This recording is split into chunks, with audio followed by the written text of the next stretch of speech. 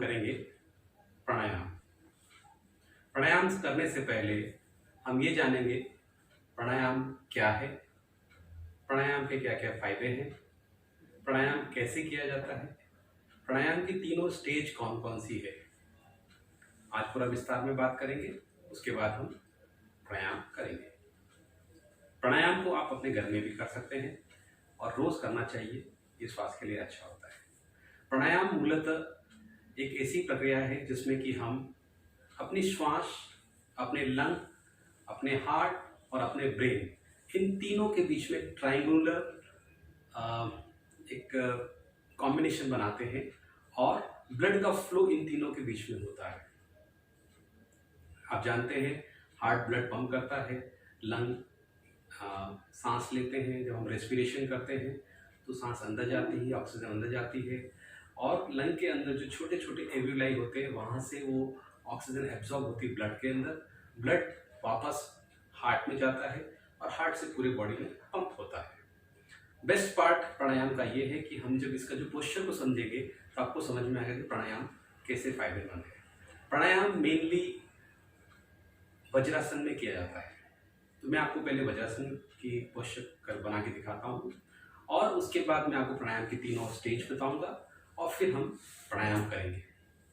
इससे पहले कि मैं आपको वज्रासन बताऊं, मैं आपको ये बता दूं कि जब हम प्राणायाम करते हैं तो मेनली इसमें ब्रीदिंग करते हैं, this is a breathing technique. तो जब हम ब्रीदिंग श्वास की जो तकनीक है उसको हम प्रयोग में लाते हैं और उसमें क्या होता है कि हम श्वास तेजी से लेते हैं और छोड़ते हैं, तेजी से लेते हैं और छोड़ते हैं। इस दौरान हम अधिक से अधिक ऑक्सीजन बॉडी के अंदर लेते हैं और अधिक से अधिक अंदर की जो विषैली गैसें हैं या पॉइजनस गैसें हैं या ऑक्सीजन कार्बन डाइऑक्साइड है, इन सबको हम बाहर फेंकते हैं। प्राणायाम मूलतः 10 से 12 मिनट चलता है और इसको आप 15 मिनट तक भी कर सकते हैं, आपकी चॉइस है। प्राणायाम करने के लिए ध्यान रखें, प्रेग्नेंट वुमन इसको ना करें, जिनको हाई ब्लड प्रेशर की प्रॉब्लम है वो लोग इसे ना करें, जो लेडीज मेंस्ट्रुअल साइकिल से गुजर रही है वो भी इसे अवॉइड करें, जिनको बैक पेन की प्रॉब्लम है, सीवियर बैक पेन की प्रॉब्लम है और जिनको वज्रासन में बैठने में प्रॉब्लम है वो भी इसको अवॉइड करें। वो नॉर्मल सुखासन में बैठ के भी कर सकते हैं, जिस तरह से मैं भी सुखासन में कर रहा हूँ, बट उसका बेस्ट बेनिफिट आपको वज्रासन में ही मिलेगा। इसलिए मैं ये रिकमेंड करूंगा कि आप वज्रासन में बैठ के ही प्राणायाम करें। सुखासन, इसको सुखासन बोलते हैं, जिससे नॉर्मल हम पाँव को फोल्ड करके बैठते हैं, खाना खाने की जो पोजीशन है इंडियन स्टाइल, इसको हम सुखासन बोलते हैं। हाथ आप हथेली को आप ऐसे खुला रख सकते हैं सुखासन के अंदर, आप ऐसे भी चिन्ह मुद्रा स्टाइल में भी आप रख सकते हैं, दोनों ही अच्छी है। ऐसे बिल्कुल ना रखें, इसका कारण बाद में बताऊंगा मैं आपको, पर ऐसे बिल्कुल ना रखें। आपके हाथ ऐसे रहे, हथेली आसमान की ओर, और या फिर आप चिन्ह मुद्रा में भी आप रह सकते हैं, जिसमें कि आपकी अंगूठा और आपकी फर्स्ट फिंगर जो है दोनों ज्वाइंट हो जाएगी। तो अब मैं आपको वज्रासन की पोजीशन जेस्चर बना के आपको दिखाता हूँ। तो वज्रासन में बैठने के लिए आपको अपने घुटने फोल्ड करके दोनों पांव पीछे और इस तरह से आप बैठ जाते हैं, इसको वज्रासन बोलते हैं। आपको साइड व्यू दिखाता हूँ मैं आपको, लाइक दिस। सो आपके पांव फोल्ड हो गए और आप इस तरह से बैठ जाते हैं, इसको वज्रासन कहते हैं। बैक व्यू दिखाता हूँ मैं आपको। So back view is like this, आप ऐसे बैठते हैं, इसको वज्रासन कहते हैं हम।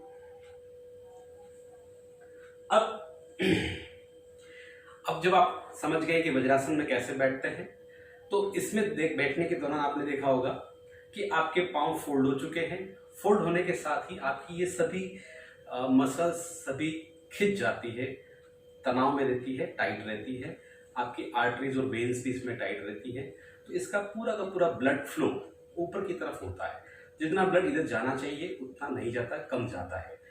मान लीजिए इसको एक्स अमाउंट जाना चाहिए तो उसमें 20% ही जाता है, 80% ऊपर वाले एब्डोमेन में रहता है, राइट। सो प्राणायाम के दौरान हम क्या कर रहे हैं कि मैक्सिमम ब्लड फ्लो को यहाँ से एब्डोमेन और ब्रेन की तरफ लेके आ रहे हैं, राइट।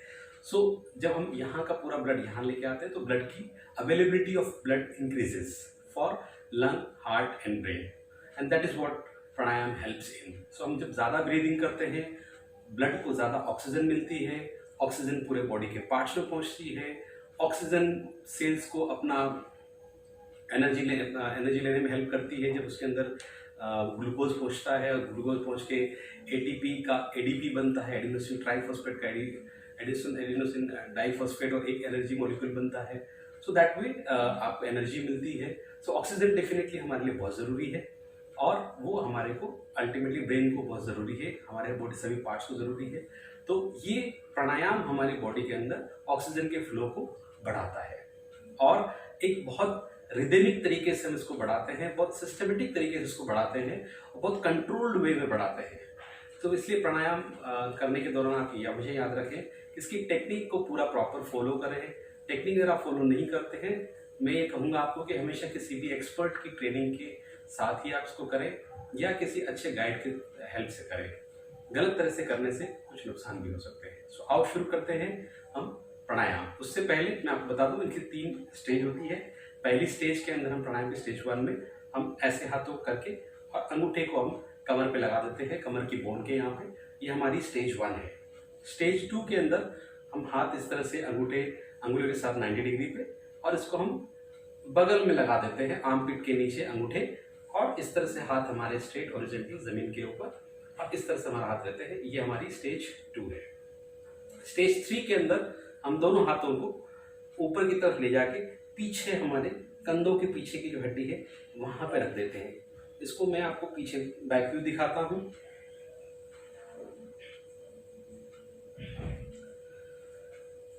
सो इस तरह से हम इसको यहाँ हाथ दोनों रख देते हैं। यहाँ रखने के बाद गर्दन स्ट्रेट रहेगी आपकी, स्पाइन स्ट्रेट, और इस तरह से आप स्टेज 3 में करेंगे। सो आओ हम शुरू करते हैं प्राणायाम। वज्रासन में आप बैठ जाइए एंड आंखें बंद कर लीजिए। प्राणायाम के दौरान आपकी आंखें हमेशा बंद रहनी चाहिए, और जो आप श्वास लेंगे वो उज्जयी श्वास लेंगे। श्वास 2 तरह की होती है, एक साधारण श्वास, एक उज्जयी श्वास। उज्जयी श्वास का मतलब ये होता है कि आपको लंबी सांस लेनी है।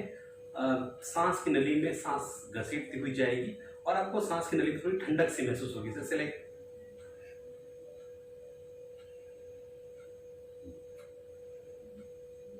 जब ये आप उज्जयी सांस लेते हैं, थोड़ी लंबी होती है और आपको गले में ठंडक फील कराती है।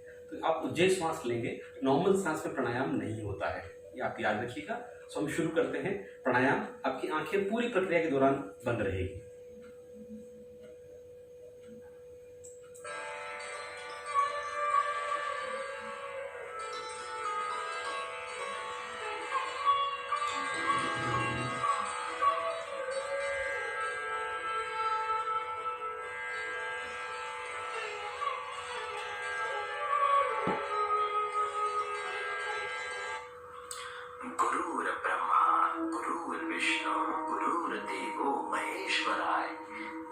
साक्षात परम ब्रह्म तस्मै श्री गुरुवे नमः। वज्रासन में बैठ जाइए, आंखें बंद।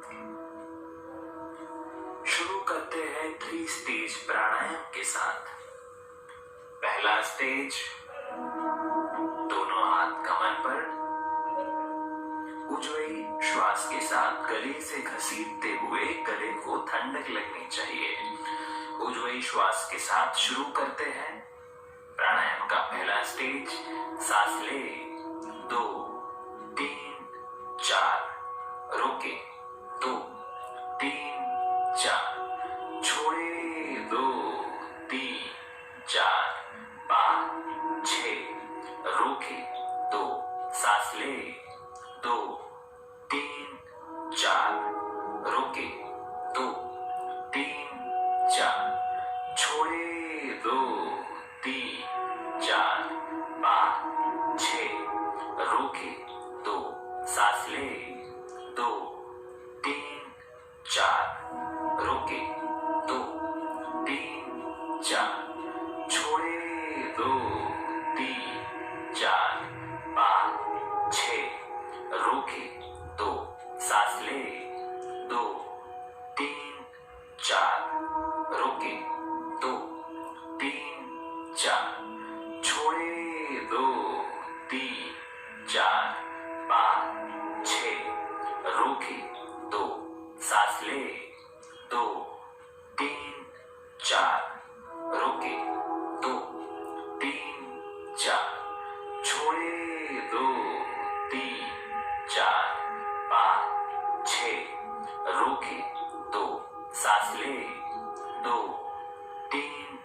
4 रोके 2 3 4 छोड़े 2 3 4 5 6 रोके 2 सांस ले 2 3 4 रोके 2 3 4 छोड़े 2 3 4 5 6 रोके 2 सांस ले 2 3 4 रोके 2 3 4 छोड़े 2 3 4 5 6 रोके 2 दोनों हाथ घुटनों पर, हाथों की हथेलियां आसमान की ओर।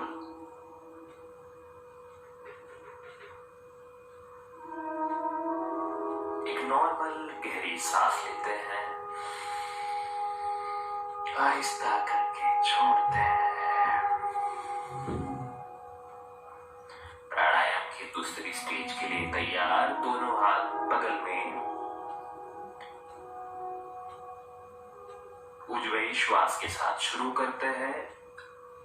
सांस ले 2 3 4 रोके 2 3 4 छोड़े 2 3 4 5 6 रोके 2 सांस ले 2 3 4 रोके 2 3 4 छोड़े 2 3 4 5 6 रोके 2 सांस ले 2 3 4 रोके 2 3 4 छोड़े 2 3 4 5 6 रोके 2 सांस ले 2 3 4 रोके 2 3 4 छोड़े 2 3 4 5 6 रोके 2 सांस ले 2 3 4 रोके 2 3 4 छोड़े 2 3 4 5 6 रोके 2 सांस ले 2 3 4 रोके 2 3 4 छोड़े 2 3 4 5 6 रोके 2 सांस ले 2 3 4 रोके 2 3 4 छोड़े 2 3 4 5 6 रोके 2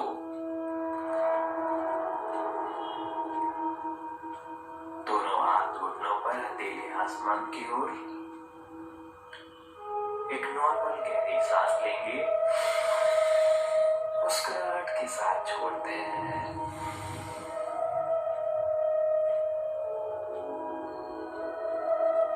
प्राणायाम का तीसरा स्टेज, दोनों हाथ पीछे कंधों पर।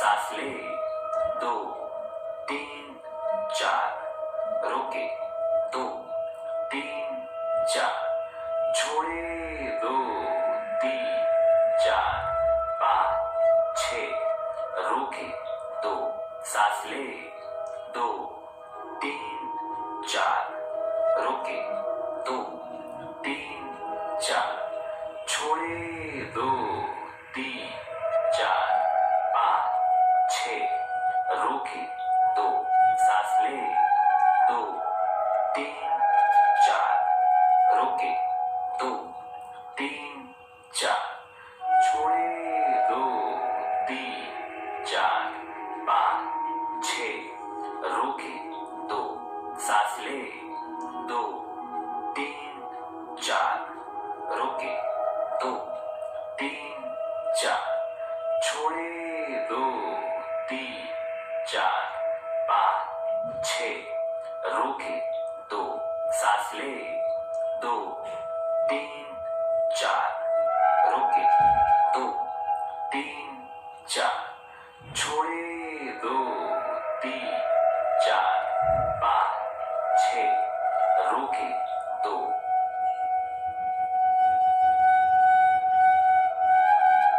दोनों हाथ घुटनों पर हथेलियां आसमान की ओर शरीर तनाव मुक्त हो चुका है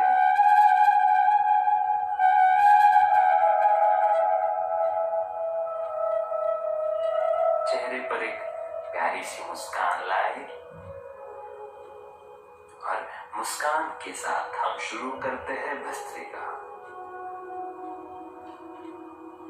हाथों की मुठ्ठियां बंद और मुठ्ठियां कंधों के सामने। शुरू करते हैं भस्त्रिका का पहला राउंड।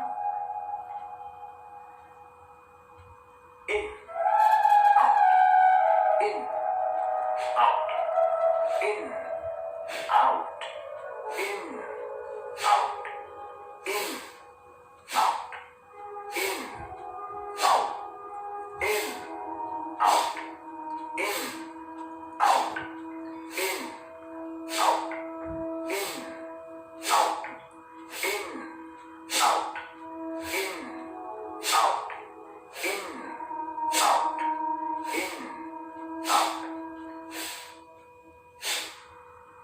दोनों हाथ घुटनों पर हथेली आसमान की ओर।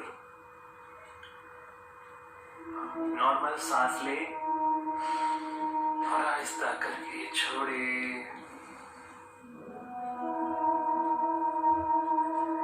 भस्त्रिका राउंड 2 के लिए तैयार। मुठ्ठियां बंद, दोनों हाथों की मुठ्ठियां कंधों के सामने। In out in out in out in out in out in out in out in out in out in out in out in out in out in out in out in out. Relax.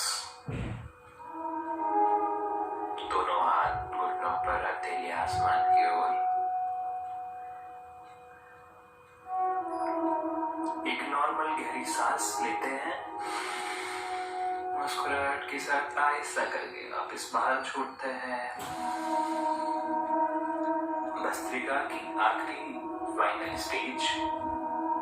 दोनों हाथों की मुठ्ठियां बंद, कंधों के सामने। In out in out in out in out in out in out in out in out in out in out in out in out in out. आराम से बैठ जाइए। शरीर को बिल्कुल ढीला छोड़ दीजिए। ना कोई शरीर में रोग है, ना कोई पीड़ा, केवल ईश्वर का असीम आशीर्वाद, उसकी कृपा है। ईश्वर को धन्यवाद बोलते हुए छोटी सी मुस्कुराहट, प्यारी सी मुस्कुराहट लाइए। अब वज्रासन से आप बाहर आ जाएं।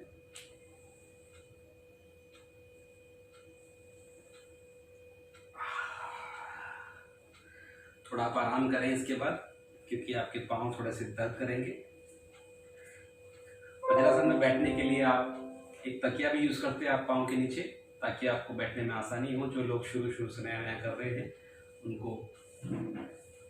और बाहर के आके थोड़ा सा पाँव को ऐसे अगर आप मूव करेंगे तो पाँव आपके नॉर्मल हो जाएंगे।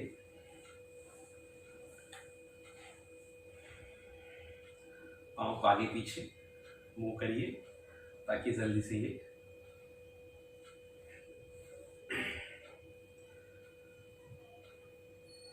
ऐसे आप पाँव को आगे पीछे करेंगे तो जल्दी से आपके पाँव नॉर्मल हो जाएंगे।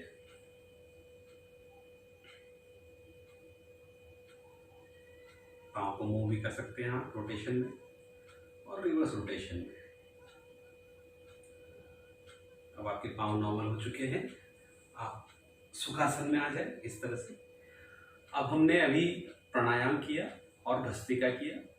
आपने देखा होगा कि प्राणायाम और भस्त्रिका के दौरान हम वज्रासन में बैठे थे और भस्त्रिका के दौरान हमारे हाथ इस तरह से थे, हम हाथों को ऊपर तेजी से लेके जा रहे थे और ऊपर जाने के समय सांस इन कर रहे थे और हाथ को नीचे लाने के टाइम सांस को बाहर कर रहे थे। अगर इसको हम टेक्निकली देखते हैं तो जब हम हाथ ऐसे करते हैं तो हमारी ये थोरेसिक कैविटी खुल जाती है और जब हम इसको हाथ को ऐसे करते हैं तो थोरेसिक कैविटी कंपैरेटिवली टाइट हो जाती है और उससे हमारे को सांस को एक्सेल करने में आसानी होती है और हम मैक्सिमम सांस को एक्सेल कर पाते हैं।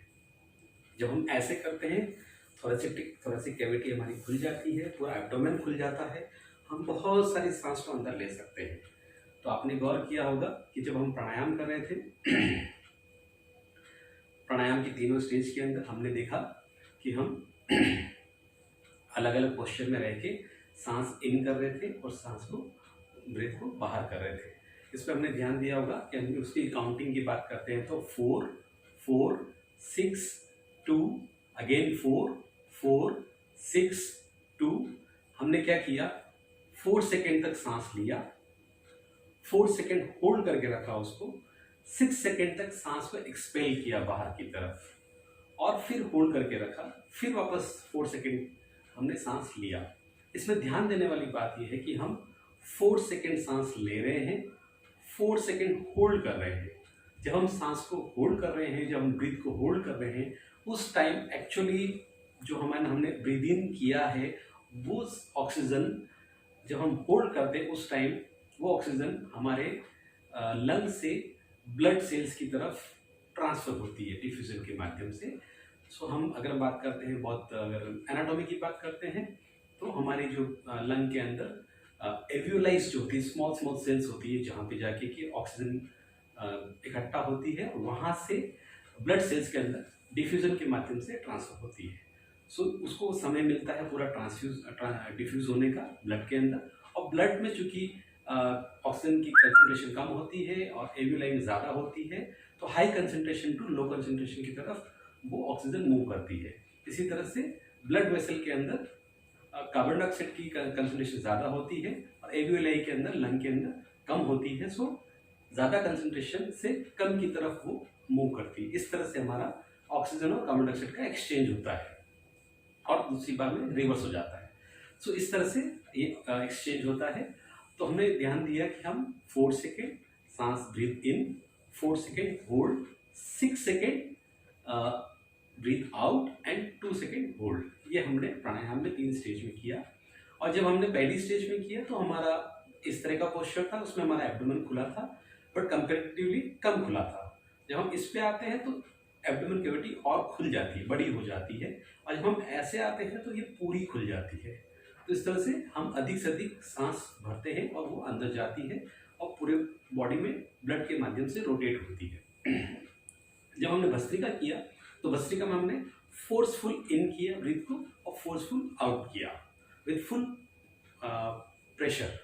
सो इससे हमारी जो भी अंदर ऑक्सीजन कार्बन डाइऑक्साइड बची हुई है वो पूरी बाहर एक्सपेल हो जाती है और जो ऑक्सीजन जो हम ले रहे हैं वो पूरी हमारी बॉडी के अंदर चली जाती है। तो इस तरह से हमने प्राणायाम और भस्त्रिका दोनों किया, इसके बारे में जाना।